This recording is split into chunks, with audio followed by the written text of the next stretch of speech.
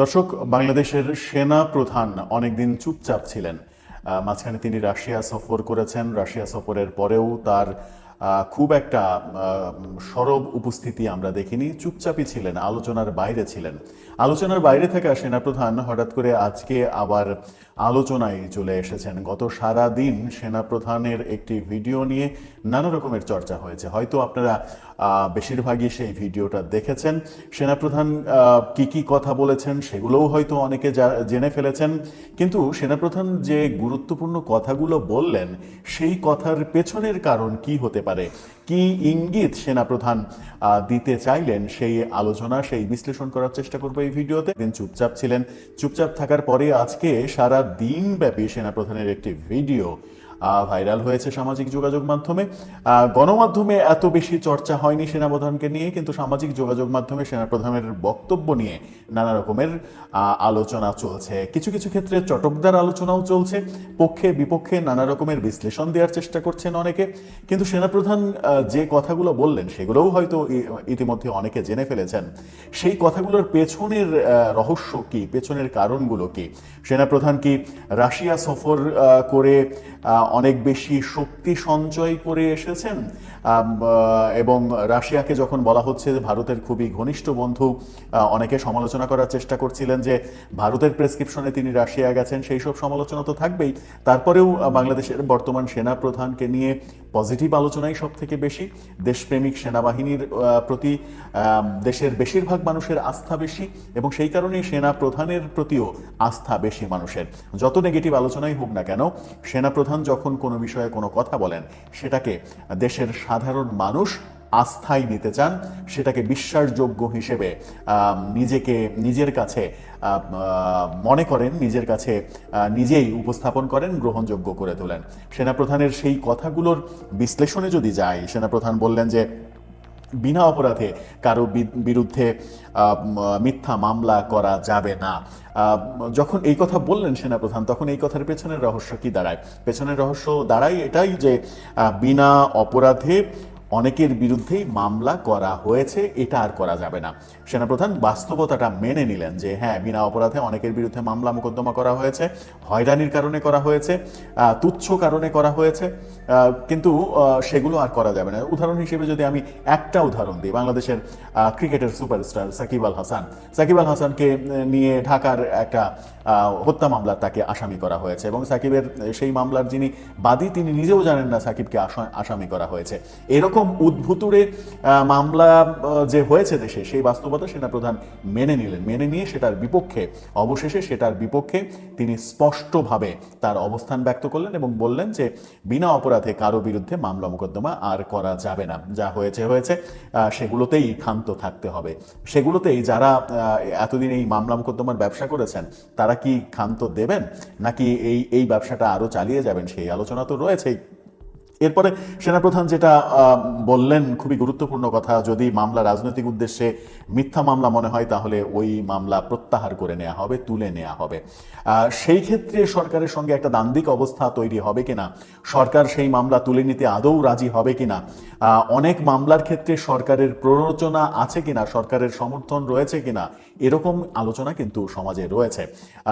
অনেকেই মনে করেন যে বহু অদ্ভুতুড়ে মামলার সঙ্গে সরকারের কোনো না কোনো কল কবজার যোগাযোগ রয়েছে, সেটা হোক উপদেষ্টা, হোক সরকারের পক্ষের সমন্বয়ক, এরকম যোগাযোগ রয়েছে। এরকম যোগাযোগ যখন রয়েছে তখন সেই মামলাগুলো আদৌ প্রত্যাহার করা যাবে কিনা সেই শঙ্কা তো থাকছেই। কিন্তু সেনাপ্রধান দ্ব্যর্থহীন কণ্ঠে বললেন সেগুলো থাকবে না, সেগুলো তুলে নেওয়া হবে। এরপরে যেটা বললেন সেটা হচ্ছে পুলিশ সহ সকল আইন শৃঙ্খলা বাহিনী কারো আজ্ঞাবহ হবে না, তারা তাদের কাজ স্বাধীনভাবে পরিচালনা করবে। তার মানে পুলিশকে রাজনৈতিকভাবে ব্যবহার করা এর আগে যখন রাজনৈতিক সরকার ছিল তখনও হয়েছে, এখনো হচ্ছে। সেই বাস্তবতাটা তিনি মেনে নিলেন। কিছুদিন আগে স্বরাষ্ট্র উপদেষ্টাকে আমরা বলতে শুনেছি যে পুলিশকে তিনি অর্ডার দিয়েছেন আওয়ামী লীগের মিছিল যেন না হয়, মিছিল ঠেকাও, এবং মিছিল ঠেকাতে যদি কোনো পুলিশ ব্যর্থ হয় তাহলে তার বিরুদ্ধে বিভাগীয় ব্যবস্থা নেওয়া হবে। এই যে বেআইনি নির্দেশ দিলেন এবং বেআইনি নির্দেশের ফলে সেই বেআইনি নির্দেশ অমান্য করলে পুলিশের বিরুদ্ধে অ্যাকশন নেওয়া হবে, এটাই পুলিশকে রাজনৈতিকভাবে ব্যবহার করার একটা উদাহরণ। এর আগে আমরা আওয়ামী লীগ সরকারের আমলে, তার আগে বিএনপি সরকারের আমলে, রাজনৈতিক সরকারের আমলে পুলিশকে রাজনৈতিক হাতিয়ার হিসেবে ব্যবহারের দৃষ্টান্ত দেখেছি। যে দৃষ্টান্ত দল নিরপেক্ষ এই সরকারের আমলেও আমরা দেখছি। সেখানেই সেনাপ্রধান খুবই গুরুত্বপূর্ণ মন্তব্য করে বসলেন। এবার এরপরে যেটা বলেছেন সেটা খুব ইন্টারেস্টিং। সেটা হচ্ছে যে সবার রাজনৈতিক মিছিল মিটিং করার সমান অধিকার থাকবে। স্বরাষ্ট্র উপদেষ্টার কথা বলছিলাম, যে তিনি স্পষ্টই বলেছেন যে আওয়ামী লীগের মিছিল মিটিং যদি হয় তাহলে পুলিশের বিরুদ্ধে ব্যবস্থা নেওয়া হবে। সেনাপ্রধান বলছেন যে সবার সকল অধিকার, সমান অধিকার থাকবে। সেটাকে আদৌ বাস্তবায়ন করা সম্ভব, নাকি সেনাপ্রধান সরকারের সঙ্গে একটা দ্বান্দ্বিক অবস্থানে চলে যাবেন এই স্পষ্ট কথার ভিত্তিতে? সরকার কি এতে রাজি হবে? সরকার কি আদৌ সেনাপ্রধানের সঙ্গে একমত হবে যে সকলের সমান অধিকার রয়েছে? সেনাপ্রধানের এই কথাগুলোতে স্পষ্ট বোঝা যায় যে আন্তর্জাতিক চাপ তার উপরে যথেষ্ট পরিমাণ রয়েছে, এবং আইন শৃঙ্খলা বাহিনী যখন এই ধরনের মানবাধিকার লঙ্ঘনের মতো ঘটনা ঘটাবে এবং সবার অধিকার যখন খর্ব হবে, তখন কিন্তু সেনাবাহিনীও দোষের মধ্যে চলে আসবে। সেনাবাহিনীর উপরেও দোষারোপ করার একটা হেতু তৈরি হবে। এই কারণেই হেতু তৈরি হবে যে সেনাবাহিনী এখন মাঠ পর্যায়ে কাজ করছে, তাদের উপরে ম্যাজিস্ট্রেসি পাওয়ার দেয়া রয়েছে। সুতরাং সেনাবাহিনীও কিন্তু এই আইন শৃঙ্খলা রক্ষাকারী বাহিনীর একটা অংশ। সেই ক্ষেত্রে সেনাপ্রধান সতর্ক হতেই পারেন।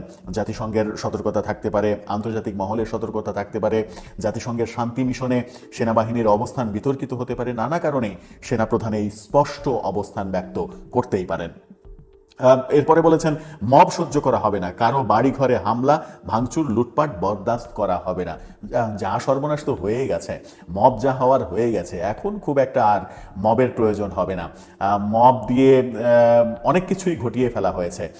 এখনো ছোটখাটো মব হচ্ছে, পাড়া মহল্লায় ছোটখাটো মবের সৃষ্টি আমরা হতে দেখেছি। এখন পর্যন্ত একটি মবেরও কোনো শাস্তি হয়নি।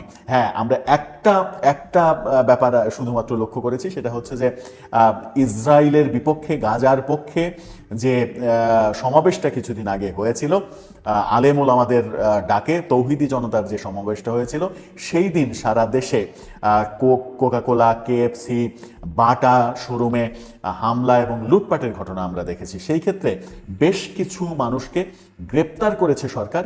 এই একটি শুভ লক্ষণই সরকারের দেখা গেছে। তাছাড়া কোনো মবের বিরুদ্ধেই সরকার এখন পর্যন্ত তার স্পষ্ট অবস্থান যখন জানান দিতে পারেনি, তখন সেনাপ্রধান বললেন কোনো মব সহ্য করা হবে না, সকল মবের বিরুদ্ধে ব্যবস্থা নেওয়া হবে। এরপরে যেটা বললেন সেটা হচ্ছে যে খুবই গুরুত্বপূর্ণ কথা, ফ্রি ফেয়ার ইলেকশনের জন্য সেনাবাহিনীর যা কর্তব্য সেই কর্তব্যটা সেনাবাহিনী করবে। যতদূর যেতে হয় সেনাবাহিনী সেটা যাবে এবং সেই কাজ করবে। পুলিশ সহ সকল আইন শৃঙ্খলা বাহিনী দেশের পরিবেশ সুন্দর, শান্তি ও আইন শৃঙ্খলার পরিবেশ ভালো রাখার জন্য যা করণীয় তার ব্যবস্থা নেবে, এমনটা স্পষ্ট করেছেন। অর্থাৎ আগামী নির্বাচনে কোনো বিতর্কিত ব্যাপার যেন সামনে না আসে, নির্বাচন যেন বিতর্কিত না হয়, ফ্রি ফেয়ার ক্রেডিবল নির্বাচন যেন হয়। অবশ্য এই কথায়, এই বার্তায়, আজকের বার্তায় সেনাপ্রধান ইনক্লুসিভ নির্বাচনের ব্যাপারটা ডিটেল করেননি। এর আগে তার মুখে আমরা শুনেছিলাম গত 25 ফেব্রুয়ারিতে বিডিআর হত্যাকাণ্ডের বর্ষপূর্তিতে তিনি রাওয়া ক্লাবে একটা ভাষণ দিয়েছিলেন, যে ভাষণের পরেই মূলত সমন্বয়কদের সঙ্গে সেনাপ্রধানের দূরত্ব তৈরি হয়, সরকারের সঙ্গে অনেকখানি হয়। সেখানে তিনি ইনক্লুসিভ নির্বাচনের কথা বলেছিলেন, যে সবাইকে নিয়ে ইনক্লুসিভ নির্বাচনের কথা, নির্বাচনের ব্যবস্থা করা হবে। আজকে তিনি ফ্রি ফেয়ার ক্রেডিবল নির্বাচনের কথা বললেন, এবং সেই নির্বাচন করার জন্য, ফেয়ার একটা ইলেকশন করার জন্য সেনাবাহিনীকে যতদূর যেতে হয়, পুলিশ, আইন শৃঙ্খলা রক্ষাকারী বাহিনীকে যা কিছু করতে হয় সব কিছুই করবেন বলে স্পষ্ট ইঙ্গিত দিলেন। সেনাপ্রধানের এই ইঙ্গিতটা সরকারের সঙ্গে সাংঘর্ষিক হবে কিনা সেটাই এখন মুখ্য আলোচনার ব্যাপার। দর্শক, আপনার কি মনে হয়, সেনাবাহিনী প্রধান যে স্পষ্ট বার্তা দিলেন সেই বার্তাটা কি সরকারকেও দেওয়ার চেষ্টা করলেন এবং সরকারকে বোঝানোর চেষ্টা করলেন যে এই বার্তা অনুযায়ী কাজ না করলে বাংলাদেশের সরকার বিতর্কিত হবে, বাংলাদেশের সেনাবাহিনী বিতর্কিত হবে এবং আন্তর্জাতিক পর্যায়ে গ্রহণযোগ্যতা হ্রাস পাবে, এমনকি সেনাবাহিনীর উপরে জাতিসংঘের নিষেধাজ্ঞা কিংবা জাতিসংঘের শান্তি মিশনের যে সুযোগ, সেই সুযোগটাও নষ্ট হয়ে যেতে পারে? আপনার মতামত জানিয়ে লিখতে পারেন আমাদের কমেন্ট বক্সে।